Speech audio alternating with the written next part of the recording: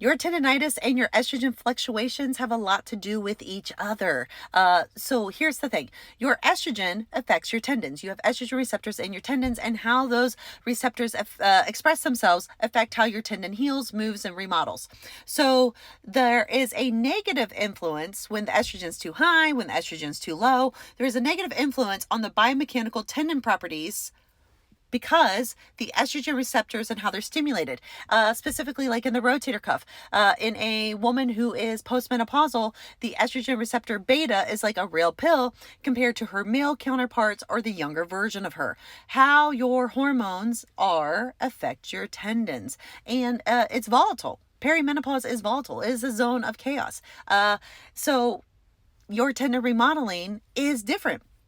Now, it's not to say just taking hormones during the menopause transition will make your tendinitis better. It doesn't hurt.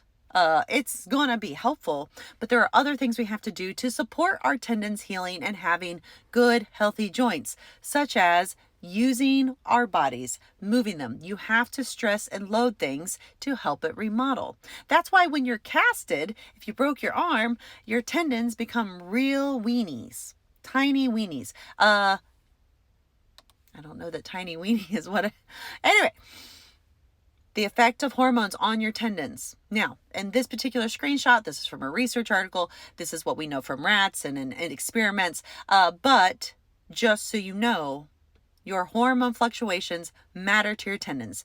Exhibit A would be ACL tears in young ladies. Exhibit B would be your cervix. Now, yes, relaxin helps soften that cervix, but I just need you to know there were other times in life that you knew hormones affected tendons. For instance, if you're on a aromatase inhibitor and all of that sucked out, it's actually not sucked out. The aromatase inhibitor makes it so that the estrogen can't bind to that receptor. It can't bind. So estrogen receptors are actually the big deal here. But you know what I'm saying. My point is, estrogen affects your tendons.